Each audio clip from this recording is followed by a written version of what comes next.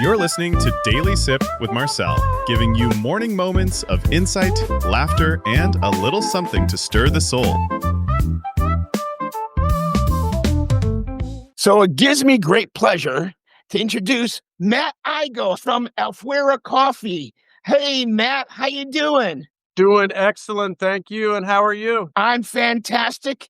And I want to find out a little bit about Afuera Coffee, where you're from, and about your new packaging and what your plans are, and a little bit about the whole idea of Afuera, meaning outside. Yeah. Well, thanks for having me. You know, we're a Connecticut-based company. We're a couple years old, and we started because I came to El Salvador in Central America, where I spend the majority of the year. And we came here post-pandemic. My wife is Salvadorian, and I realized there was a major problem with trash in the outdoors. So I wanted to start making a difference, and we're in the land of specialty coffee. So the pieces started coming together where I love coffee, I love the outdoors, and I want to make a difference, right? So I got connected with a family here that owns a lot of the coffee farms here in El Salvador, all of which are fully sustainable. And they grow specialty coffee, which is a coffee that grades higher on a cupping score than the majority of coffees in the marketplace. And not only that, they directly ship from farm here in El Salvador to the United States. So we're a direct farm to roaster operation. We roast our beans, package them, and then mail them to you. So that is really the core of our business. We're a direct-to-consumer business at heart.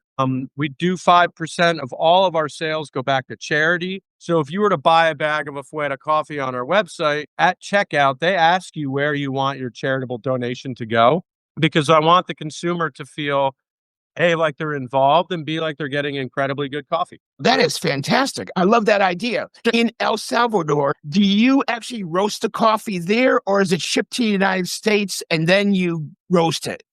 Yeah, so the coffee is all grown here, obviously, and all the process of cleaning the coffee cherry and turning it into a green bean effectively is all done here. And then we ship the green bean to the United States directly from the farms to our roaster in the United States. And then we roast on demand.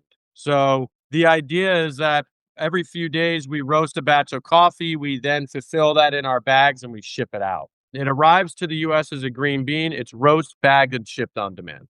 So it's fresh as anything then when you get it Oh, freshly absolutely. roasted. Freshly 100%. roasted.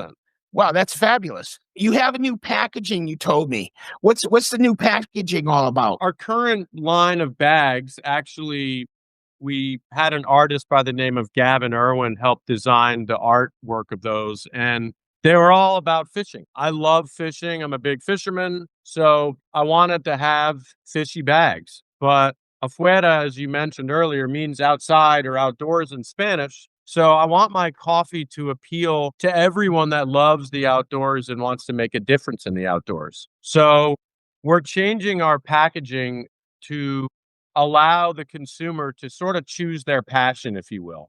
And so we're going to have one evergreen bag that will talk about where we source our coffees from and our mission and everything. But then we're going to have a fully compostable label that will be printed basically on top of the bag, where we'll be able to change your passion. So for example, we'll have a fish series. We're going to have a signature series. We may have a hunt series. We may have a bird series. We may have a dog series, a surf series, a camp series. So there's so many passion niche sports out there that are fueled by coffee, and people that really love the outdoors and want to make a difference. So we want to be that coffee in everyone's Yeti mug, and we want to fuel their adventures and give back to the place that we love most. That is fantastic. I love it. I love that whole idea. And that you basically can have like customized labels for your individual coffee that's sent to the consumer. Yeah, because, we've had plenty of people be like, I don't know what that thing is on your bag, right? Mhm. And, as a business owner, it's like you gotta listen to your consumer, right? And it's Right. like, "Well, how don't you know that's a big tarpon?" Well, maybe these people have never fished a Fish day in their tarpon, right. life, Yeah, right. right? Exactly. But maybe they love butterflies, or they love birding, or they love camping, or they love being outside in some capacity, Right. walking their lab with a cup of coffee in their hand, right? So, like, I don't wanna not cater to those people. And what I want to do is our charities will give back to align with those passions. So right now we're a 1% for the Planet partner, but we also support Captains for Clean Water and Bonefish Tarpon Trust and Keep Fish Wet. So these are very fishy organizations outside of 1% for the Planet. So our charity will align with our passion sport, if you will. So as we introduce something around birding, if you would, as an example, the charity would go back to things like the Audubon and the birds associations and things that consumer feels like, hey,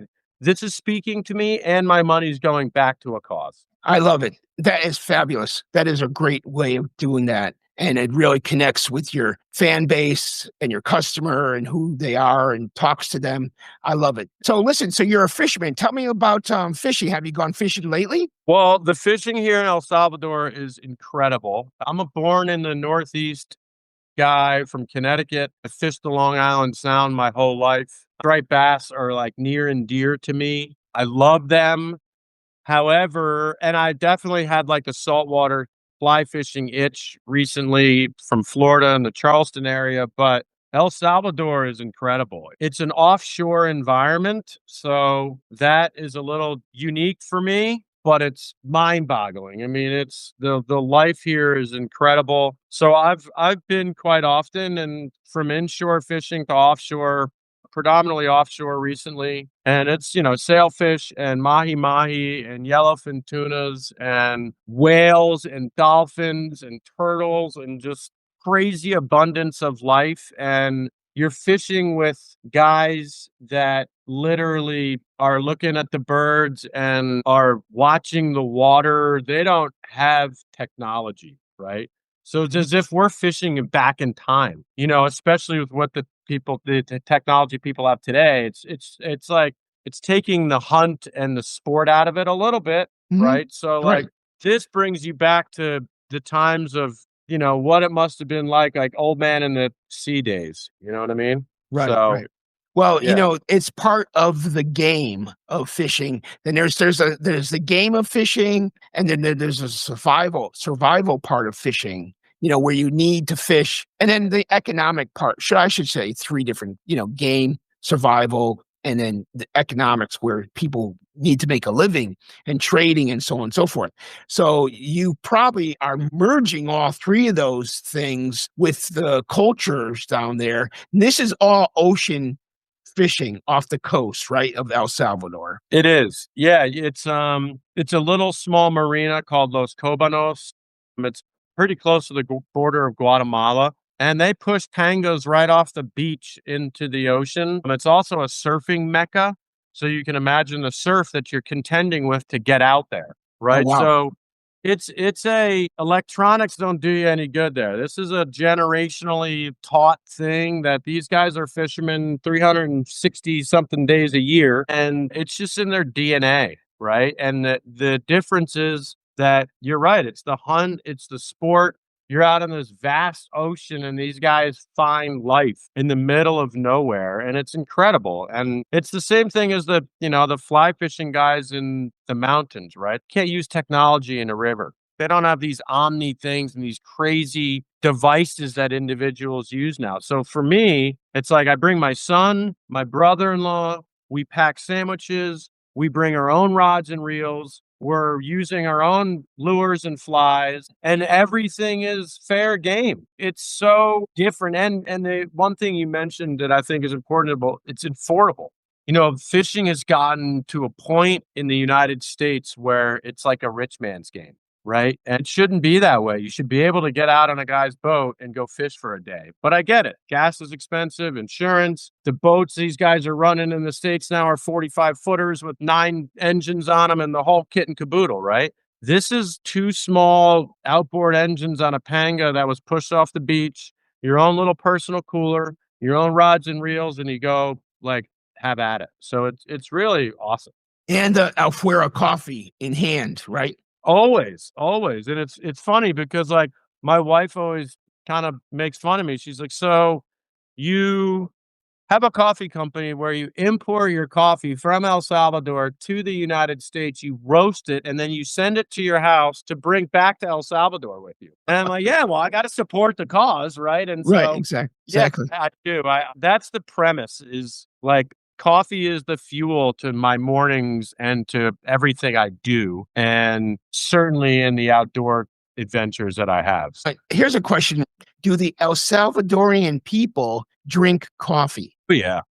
Big time. Big time. Unfortunately, you're starting to see the commercialization factor step into play. I remember I would have to come to a Starbucks. There was one here when we first moved, call it like 2021-ish. And there was like one, and I went for one reason, the internet. It still had the USA culture of like, hey, come, we have free Wi-Fi. You know, as I got into the world of specialty coffee, my taste buds for Starbucks coffee really dwindled. Ironically, I don't even know how many now. There's probably, not even kidding you, over 25 of them. Wow. And it's not a big city, right? They're everywhere. Right. Why? For the culture side of it. They got the after school free internet and the syrups and the this and the frappe that and the pumpkin spice this. Like we don't go down that road, but true Salvadorians drink coffee all the way through probably like 3 or 4 in the afternoon. Right. You know, Right. there's like a morning session, then like a lunch, post-lunch, little sweet treat and coffee is like standard for sure. Very cool. Yeah, Starbucks coffee isn't Starbucks coffee anymore. It's the Starbucks milkshakes, whatever they want to it's call true. them. The latte of the day, the latte of the season, the latte of your taste. You know, it's not And not you even watch them put it's it in there, like they it's not pump even coffee. 9 different things. They call it coffee. It's really not. So Afuera coffee is coffee because you sent me a bag. I love it. I actually finished the bag this week. Drink it every morning, and I drink coffee morning, noon, and like about 3:30 is my last cup of coffee. But I love coffee. I grew up on coffee. Tell me a Yes. little bit about the logo. Interesting that you ask. Obviously, there's the A for Afuera. When we were scratching out the ideas, kind of the idea of being a tent or the top of a mountain. There's a tree in there and there's a wave in there. So it's busy, but it's simple because I didn't want to get down the road of being one dimensional. Like I've some of our other competitors that they're specifically in the world of fishing. Insert fishing coffee company name here. Where for me, like I didn't want to fish on part of my logo. I want to be about the outdoors. And how do you encapsulate something that somebody sees like, oh, I see a mountain, I see a tent. Oh, cool. That both works, right? You know, this little tree like resembles like the outdoors, the wave. Some people just see water. So like the whole ethos is the outdoors. So it took us, I can't even tell you how long to land on it. And that's what I've learned is these things take forever. And it was one of those things where we thought we had it, and then it was like, you know what, man, we don't. And my partner and I were just like not there. And then, you know, you finally have an aha moment. So appreciate that you like it. You're very, very welcome. Hey, man, I just want to take a break for our sponsor. And when we get back, let's talk a little bit about fishing.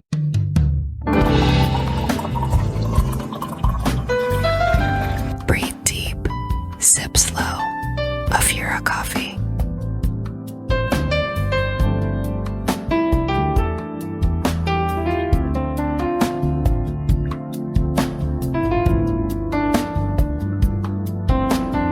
We only have a few more minutes. When you go fishing, what kind of gear do you use? So when we go out, we bring literally it's a panga that's 25 feet in length and probably 5 feet in width. So you're sitting on a bench, so you need to be comfortable, right? So we bring like a small Yeti cooler that has our sandwiches and our drinks. I bring one massive thermos filled with Afuera coffee. We have 2 trolling rods that we generally use as teasers, depending on what the weather is like. Those are, you know, like 5.5 foot, 6 foot trolling rods, a little shorter, and They have Shimano TLD 25 reels on them, nothing crazy. And we troll those in the back spread. We have a couple other ones that we have sort of as our spread in the back. We're trolling skirted baits. We don't use any like live ballyhoo or anything. Everything's artificial. And then my brother-in-law, one of us has a spinning rod generally, and one of us has a fly rod because there's a bimini on the boat